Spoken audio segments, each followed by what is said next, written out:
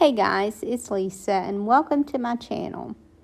I went to the Dollar Tree last week and they had a new item that I was so excited about, and it was little wooden squares, and this is the size that they were, and they also had rectangles. And so what I did was make some ornaments from them. Now for years I've made ornaments from little wood pieces like this, but my husband would have to buy a sheet of the Luan at a hardware store and cut it up into pieces, and then we would need to sand the edges, and this takes all the work out of that, and then you get 6 of these in a pack for only $1.25. So I thought that was a great deal, and it will save me a lot of work, and these will have a very neat finish. Now I wish I had showed the pack before, but I didn't. And what I did was I just took different napkins and decoupaged them onto these wood pieces. So obviously you can use any napkins you want and make them into an ornament. And then I drilled holes in the top of some of them. Some of them I'm just gluing it in. And ideally I would have glued my jute that I tied a knot on the end of on the board first, and then glue this twig over the top. But I get in a hurry and don't always think to add those hangers first. So I'm just kind of making this work. So I just glue that in place. And what I like to do with my decoupage ornaments, and I haven't always added anything to them. They'll sell just by decoupaging one layer of a napkin or some sort of scrapbook paper on it and adding a hanger and call it an ornament. And it actually, I don't have any problem selling those, but I decided this year that I wanted to give each of them some sort of interest. So because this is a nativity, I just took some twigs from the yard, and I'm just going to glue those across the top and kind of make a makeshift roof. So I just kept gluing these on with hot glue until it resembled a roof. And you could just do the one stick on the top, and I'm going to be adding one stick across the bottom. So you could just have one stick on the top and one stick on the bottom, but I just thought it would be neat to add a little roof to this one and let it resemble a stable. Now most of these I put in a little cellophane bag to sell, but this one I'm just going to add a hang tag with some scripture on it because with all that I glued to the top of this, I don't know that it would work that well in a cellophane bag. But here is my finished ornament. And now the next one, and I'm going to include these napkins in the description, but this is another one, and I just thought this was such a sweet picture. And so what I do is I decoupage these on and then antique around the edges. So, but because this one has some pink in it, I decided to make this one more of a shabby chic, and that was actually my sister's idea, but I thought it was a good idea to make this one more shabby chic. So I'm just taking some vintage lace in a soft pink and gluing it on. And as you can see here, as I glue it on, and I am using a low temp glue gun, so I'm not burning my fingers here. But when I add the glue, I just kind of push it to kind of scrunch it up, and that just adds some texture, and I just think that's a really pretty look on this ornament. So I'm gluing that across the top, and then I drill holes in all of these on each side of the top so that I can thread something through to use as a hanger.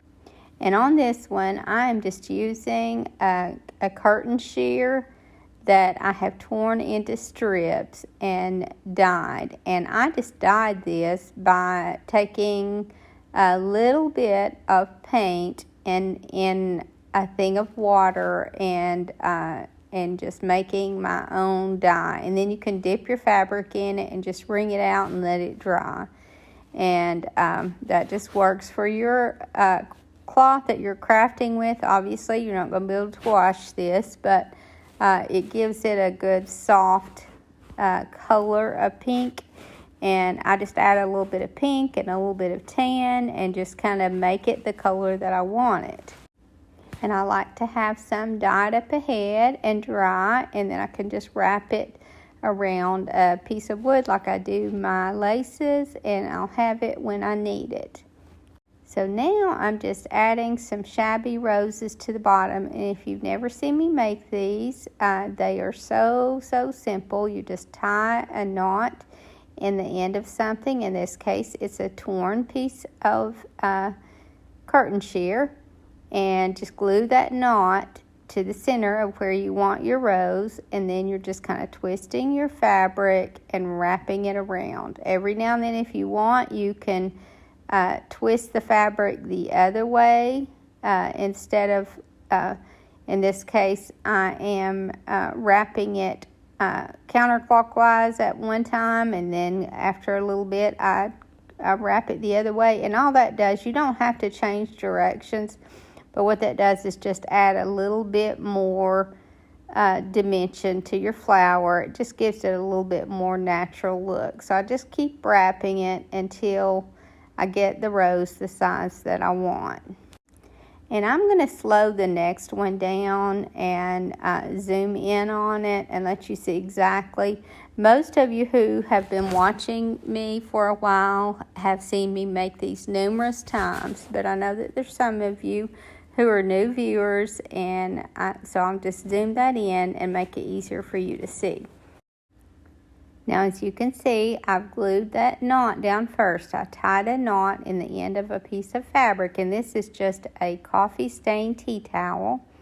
So I just dip my tea towel in some strong coffee and then wring it out and let it dry. And then I just tear it into strips. You could cut it, but I just like the frayed look of tearing it.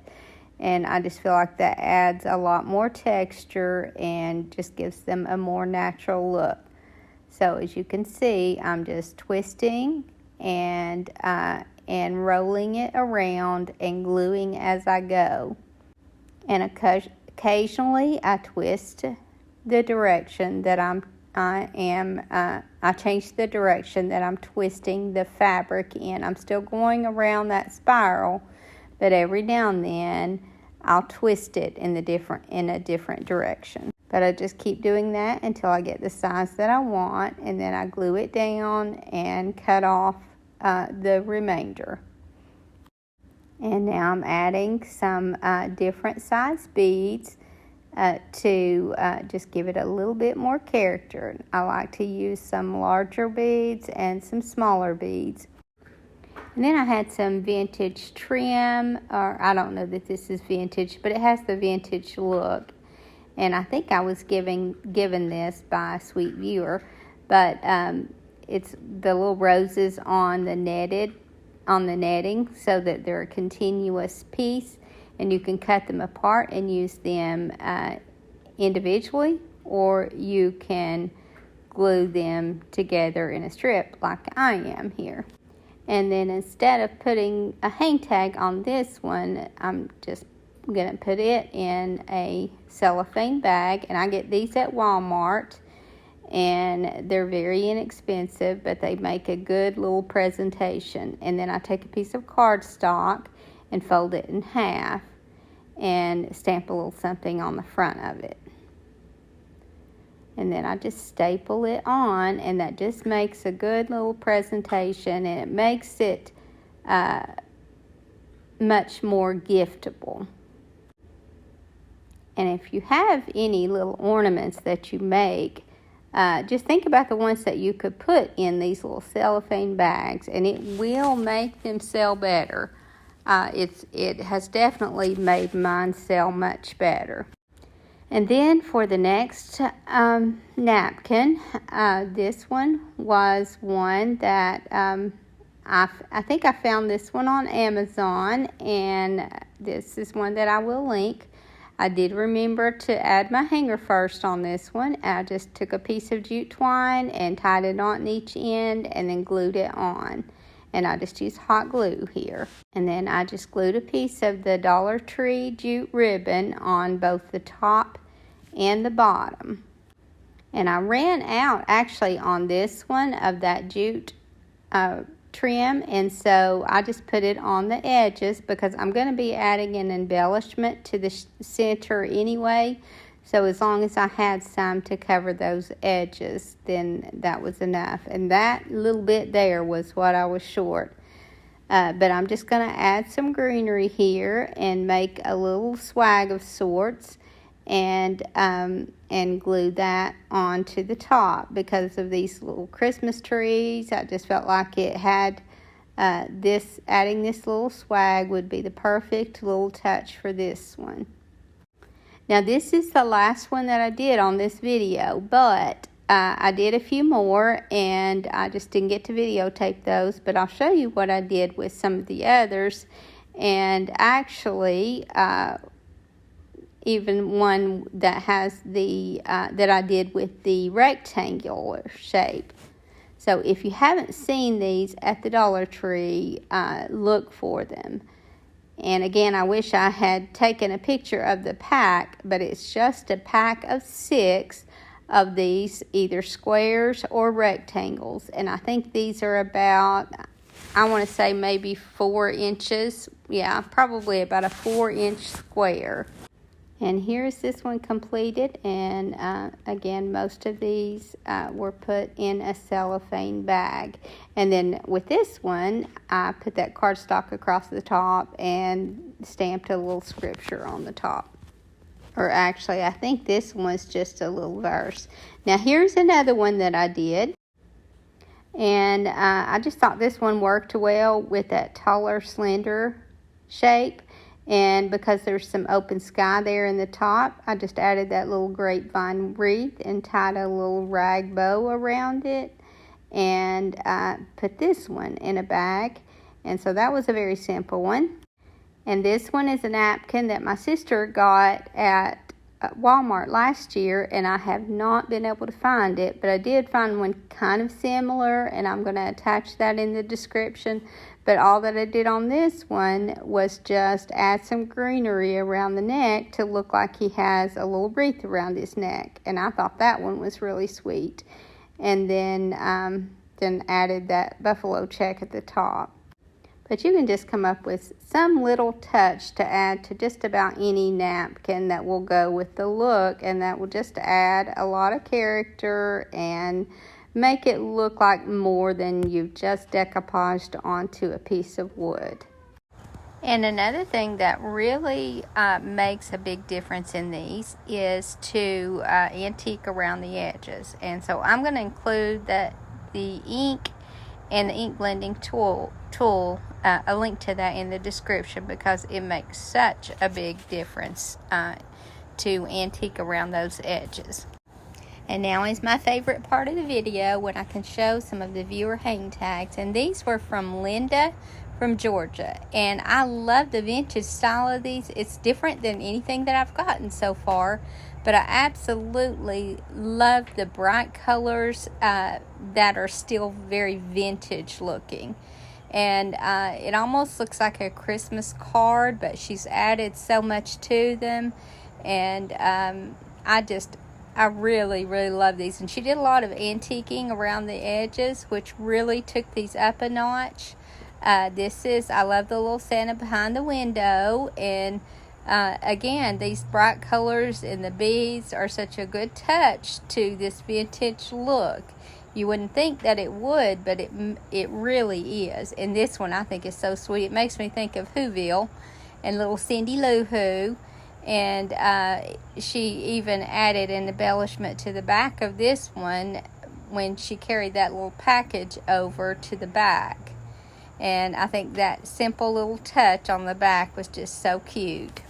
And this last one I really love, and what I really love about this one is the snow that she added. And I've been looking at that and trying to figure out how she added that snow, what kind of material she used. So Linda, if you're listening, I would absolutely love to know how you did that snow effect.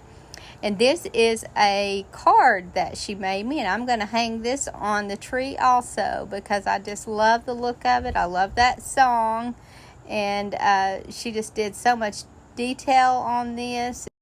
And I love the simple Jesus on the back. I think that in itself is just such a beautiful, beautiful decor. If you guys need to get some quick decor out into your shop or into your booths, you might consider doing these. This is a very quick way to get some ornaments out. And adding these little special touches is a good way to make them different than what everybody else has. I hope you guys enjoyed this video, and I hope to see you in the next. Thank you so much for watching. Have a great evening, and God bless you and your family.